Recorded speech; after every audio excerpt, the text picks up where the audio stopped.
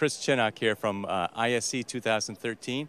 I'm in the DNP booth with Soren Lindegaard, and we're going to talk about your Invisibezel technology.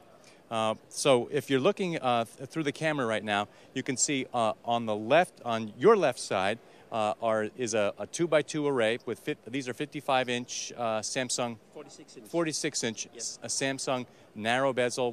What's the bezel width on those? 5.6 millimeter. 5.6 millimeter. Okay, so that's a standard narrow bezel video wall. On this side, you can see this with the Invisibezel technology. So, and I think it should be very obvious that you can see the bezels here, and you really can't see the bezels over here. So, please, tell us exactly how this technology works. The technology works in the way that we are putting a front cover on the panel itself. It's an acrylic element which have a kind of a lens structure. So, optically, we are magnifying the image on the LCD panel so that it stretches out over the bezel. And in that way, optically, you are hiding the bezel so that it becomes invisible.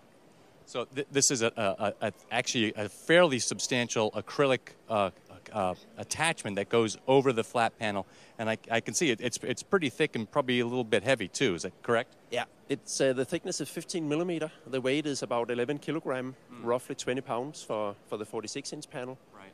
And you're right, it actually sits on the front of the LCD panel. And it's attached to each individual LCD panel, so you can actually bring them up and down one by one, the panels, including the Invisibezel. Right. And the fixation is relatively simple. That can be done within 5-10 minutes for each panel. Now, it's not a permanent. You can remove the bezel? You can remove it, and the installation is so simple that you can do it on the installation side. You don't have to bring the panel to a special facility for mounting this Invisibezel.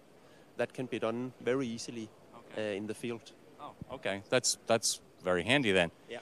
Now, when I went up and looked at it previously, you could see there's a little bit of curvature where the bezel, for the bezel between the two panels. That is the optical curvature that you have to get.